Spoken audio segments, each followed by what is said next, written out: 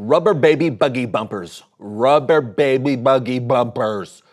She sells seashells by the seashore. She sells seashells by the seashore. Okay.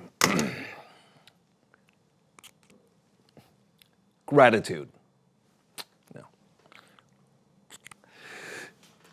Gratitude. Gratitude.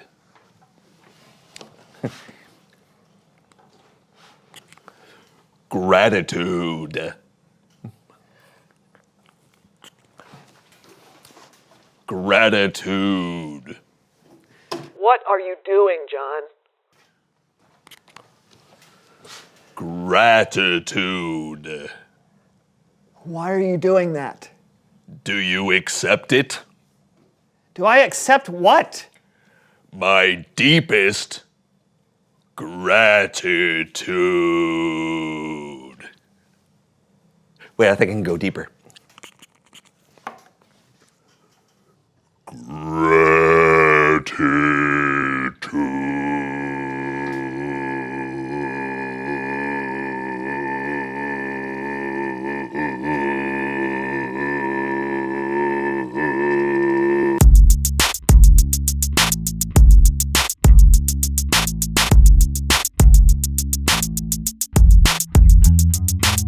Welcome to the So-and-So Show. I'm Brandon, that's John, and we are excited and thankful for today's show. That's right. Brandon and I just celebrated a little holiday where there was a ton of food to be thankful for. And there were some relatives of ours who are really good at cooking that food to be thankful for. But now there's a large supply of leftover food on hand, so it's time to play a little game we like to call Name That Leftover Great Aunt Edition.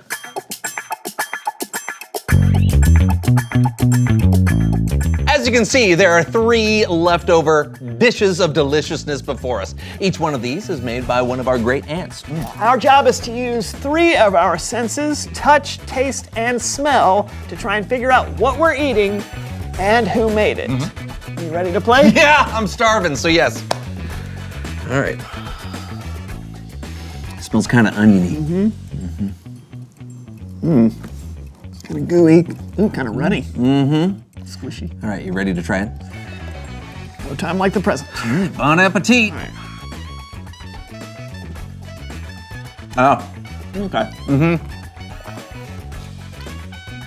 I know what this is. And I know who made it. Yep. It's Aunt Margaret's green bean casserole. I knew it. Yes. Yes. This is a holiday classic. And a potluck staple. You know what I appreciate about Aunt Margaret? What's that? Even though she's your aunt and not mine, she still drops a dish of this by every year for me. Oh, and she also, you know what? She deep fries these onions on top herself. Yeah, which is the only way to eat an onion. And for that we say, thank you, Aunt Margaret. Next dish. This one already has a distinct smell. It's definitely meaty. Oh, that was not what I was expecting. It feels a little bready. Yeah. What's that on top? Is that icing? What's this, a meat cake? Only one way to find out. Yeah. Down the hatch.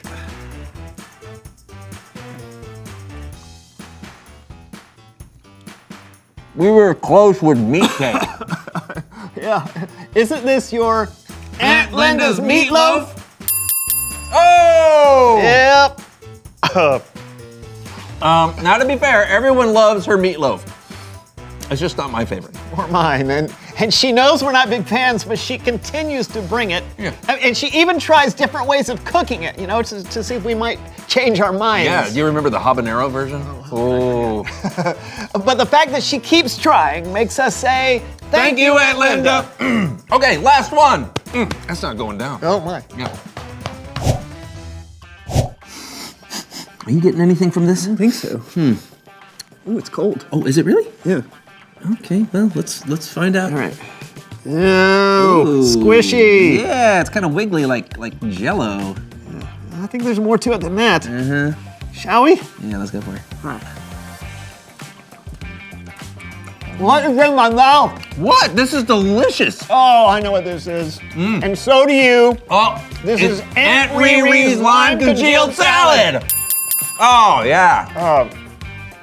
This is my Aunt Riri's signature dish, a lime congealed salad. I'm not sure why it's called a salad. It's made with Jell-O, pineapple, cottage cheese, Cottage cheese, really? walnuts. Oh, and I almost forgot mayonnaise. And even though those ingredients should never go together, she believes they should. So for that unwavering conviction, we say, thank you, Aunt Riri. I do not like mayonnaise. Not my favorite either. It doesn't seem to bother you much. Nope. All right, it's Bible story time.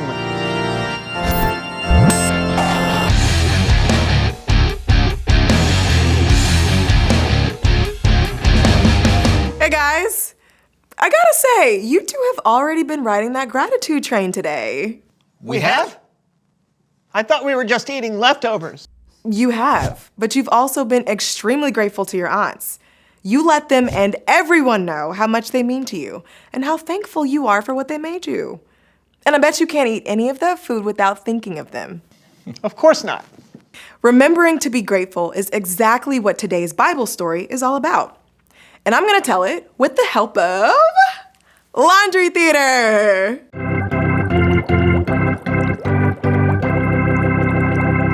Today's story comes from two books in the Bible. One is Exodus and one is 1 Corinthians, which is a letter Paul wrote to the church in Corinth. But let's start in Exodus. Exodus tells the story of the people of Israel who were enslaved in Egypt and served the Egyptian king, Pharaoh. But God didn't leave them that way. He sent Moses to demand their release from Pharaoh. But Pharaoh didn't listen, not at first. So God turned Egypt's water into blood and sent plagues of frogs, insects, and disease. Nothing God did changed Pharaoh's mind. So God sent the most terrible plague of all. The oldest son of every family in Egypt would die. But God made a way to save the sons of the Israelites. Every family would sacrifice a lamb and put some of its blood over the doorframe. So when death came, it passed over the household, leaving the son alive. Finally, Pharaoh allowed the Israelites to leave. They were free. God told them to remember that day and how they were protected from death and delivered from slavery. So every year, the Israelites would celebrate that event with a feast. You may have heard of it. It's called the Passover Feast. In Jesus' time, God's people had been celebrating Passover for hundreds of years. The night before Jesus died, he gathered with his friends, his disciples, to celebrate Passover with all of its traditions.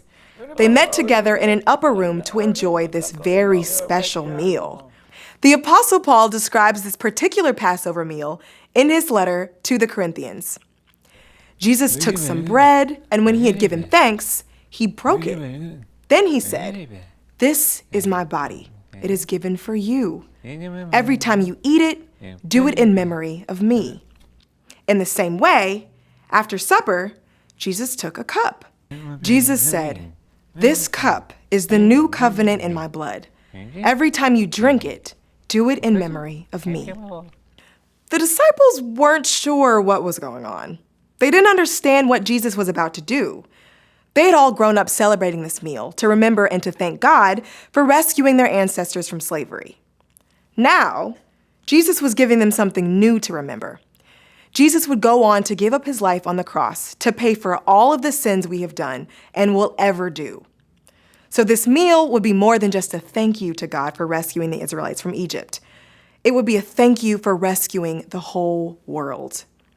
And this tradition of showing gratitude is still celebrated today. Maybe your family or church call it communion.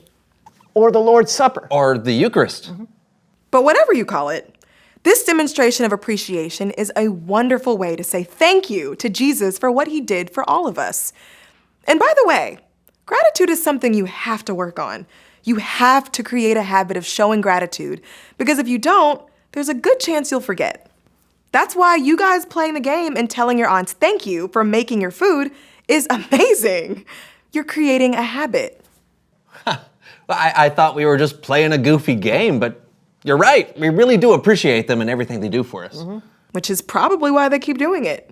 People love to be appreciated, and sometimes we forget that. Hey, well, thanks for reminding us. Hey, that's what I'm here for. See you next time.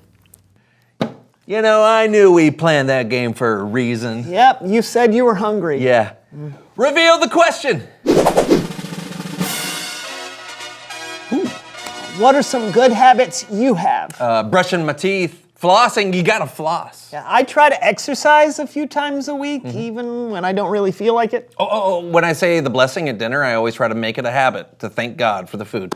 That's a great one. What about you? What are some good habits you have? Talk about it together. And we'll see you next time on the So and So Show. Oh boy. Are you flossing right now? I gotta floss. Yeah. Yeah, You do it differently than I do. this is exactly how you floss. All right, John is gonna do the floss while he flosses. Wow. Make this a habit every day. Every day. All right. right. Now these are the dishes our uncles made. Okay, great. I think I smell a barbecue. It's pasta. Oh, you think? Are you touching it? Oh, I'm sorry. I'm jumping ahead. Oh, yeah, that is pasta. I know what this is. It's mac and cheese. Is it? Yeah. I smell a spice, some kind of herb. I smell gluten. All right, let's touch. Ah! What is this? I don't know. Okay, wait. Ah! Ooh, that's not Jell-O. Maybe it's cranberry sauce. Yeah, that's what I was thinking. Good call. Cranberry sauce. Oh, I know what that is. Ah, yeah. Like I got the olfactory senses of a badger. That's not watermelon. No? Yeah, it is. Mine tastes just like watermelon. Tastes like an aloe plant. Interesting. All right. Are you eating Wow. Wow, hard. Is this celery?